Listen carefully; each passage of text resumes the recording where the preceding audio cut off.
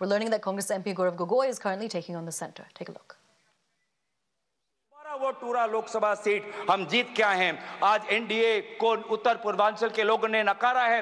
मणिपुर में दोनों सीट हारे हैं, नागालैंड में एक सीट हारे हैं, मेघालय में ये दोनों सीट हारे हैं। मैं धन्यवाद करना चाहता हूं आपके द्वारा जोरहाट के लोगों को जिन्होंने एक मुख्यमंत्री को हराया, और मैं धन्यवाद करना चाहता हूं धुबरी के लोगों को जिन्होंने एक सांप्रदायिक शक्ति को 10 लाख वोटों से हराकर एक संदेश दिया है कि चाहे वो अल्पसंख्यक हो, लेकिन कोई भी व्यक्ति अपने आप को धार्मिक गुरु भी कहता हो, लेकिन धर्म के नाम पर अगर समाज को बांटता है तो प्रजा उसके साथ नहीं होगी। तो मैं धन्यवाद करना चाहूंगा, और ये बदलाव लाने के लिए वे सारे जो समाज के विभिन्न वर्ग हैं, मैं सभी का आभार प्रकट करता हूं। वे हजारों लोग जो राहुल गांधी जी के साथ भारत जोड़ो न्याय यात्रा पे चले, मैं उनका धन्यवाद करना चाहता हूं। मैं उन पत्रकारों का धन्यवाद करना चाहता हूं जिन्होंने निष्पक्षता से अपने पत्रकारी का जो उन्होंने जिम्मेवार उन्होंने उठाया।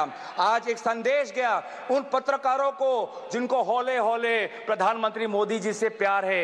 एक संदेश गया उन पत्रकारों को जो कहते हैं कि ये तो सिर्फ फॉर्मेलिटी है, कि अपनी पत्रकारिता पर ध्यान दे, नहीं तो लोग आपको देखना बंद कर देंगे।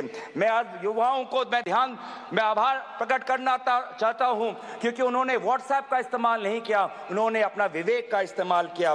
मैं उन सनातन धर्मों को मानने वाले लोगों का मैं आभार प्रकट करता हूं जिन्होंने आज नफरत और हिंसा पर नहीं, लेकिन धर्म जो हमें सिखाता है इंसानियत, चाहे हिंदू हो, चाहे मुस्लिम हो, चाहे ईसाई हो, चाहे सिख हो, हर धर्म हमें सिखाता है कि हम एक अच्छा इंसान बने। इंसानियत के आदर्शों को हमें सिखाता है, समाज एक आदर्श बने वो हमें सिखाता है। मैं गुजारिश करना चाहता हूं आपके द्वारा, मैं अंत में आ रहा हूं सर, लास्ट के मैं 2-3 चीजें बोलना चाहता हूं। मैं आपके द्वारा मैं गुजारिश करना चाहता हूं कि आप बार बार बात करते हैं कि हमने एक नया सदन बनाया, लेकिन क्या ये उचित नहीं होता कि चाहे पुराना सदन हो चाहे नया सदन हो, इन दोनों सदनों के सामने डॉक्टर भीमराव अंबेडकर की मूर्ति हमारे सदन के सामने होनी चाहिए थी? क्या ये उचित नहीं था?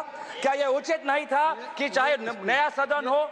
ये स्पीकर का प्रीमाइसेज होता है। मैं गुजारिश कर रहा हूं, मैं आपसे गुजारिश कर रहा हूं, मैं अपनी व्यथा गुजारिश कर रहा हूं। मैं स्पीकर महोदय को आपके द्वारा गुजारिश कर रहा हूं कि पहले के तरह सदन के सामने आदरणीय राष्ट्रपिता महात्मा गांधी जी के मूर्ति को रखिए, और पहले के तरह डॉक्टर भीमराव अंबेडकर के मूर्ति को मैं गुजारिश कर रहा हूं। मैं स्पीकर के निर्णय का सम्मान करते हुए उनके मैं गुजारिश कर रहा हूं कि हमारी भी बात सुने, हमारी भी जो मैं चेयर पे हूं, तो अगर आपने स्पीकर से गुजारिश की तो सुन लीजिए।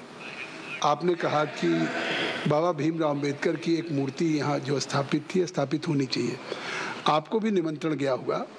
इस पार्लियामेंट में पहली बार सारे महापुरुषों का, बाबा भीमराव अंबेडकर से लेकर के महाराणा प्रताप से लेकर के एक बड़ी वीथिका बनाई गई है उसी संविधान भवन के साथ, और जिसका उद्घाटन हुआ पिछले दिनों। शायद आप जाएंगे तो आपको लगेगा कि एक पार्लियामेंट के अंदर एक ऐसी चीज़ हो गई कि कोई भी बाहर का डेलीगेशंस या हमारे खुद मेंबर ऑफ पार्लियामेंट या बाहर के लोग आएंगे तो उनको इस संविधान भवन, इस पार्लियामेंट के साथ साथ अपने देश के महापुरुषों को एक साथ सारी प्रतिमाओं को ढंग से रख करके पार्क बनाया गया। धन्यवाद। अध्यक्ष सभापति महोदय, मैं बस गुजारिश कर रहा हूं, आप हमारी भी बात रखने, आप सुनिए कि सदन के सामने अगर प्रेरणा स्थल बनाना भी हो तो सदन के सामने जहां पे उनका स्थान है, जहां पे उनके इतने सालों से जब डॉक्टर भीमराव अंबेडकर के मूर्ति को स्थापन करने के लिए एक पूरे देश में एक आंदोलन हुआ था, उस स्थान को एक वजह से चुना गया था कि वो सदन के सामने हो। क्या ये उचित नहीं है? क्या ये हमारे गरिमा के अनुसार नहीं होना चाहिए कि सदन के सामने जिस हमारे भारतीय संविधान के निर्माता डॉक्टर भीमराव अंबेडकर और महात्मा गांधी जी हमारे सदन के सामने हो? तो मैं दोबारा आपसे गुजारिश करता हूं, हाथ जोड़ के मैं विनम्र आपसे अनुरोध करता हूं कि आप ये दोनों महापुरुषों के मूर्तियों को आप सदन में रखें, और अंत में समाप्त करें। अंत में अगर समाप्त करने, अंत में मैं बस आ रहा हूं, अंत में जो हमने एक मांग रखी कि नीट को लेके एक चर्चा हो, शिक्षा विभाग को लेके आज एक बहुत एक असमंजस नेता प्रतिपक्ष ने नीट पर लेके एक चर्चा हो, उस चर्चे पे एक आप अमल करें। और बस आखिरी मांग कि आज जो आदरणीय शिक्षा मंत्री है उन्होंने अपनी जिम्मेवारी 2021 में ली। 2021 में अपनी जिम्मेवारी लेने के पश्चात आज इतने सारे पेपर लीक हुए, उनको शिक्षा मंत्री एक और दिन होने का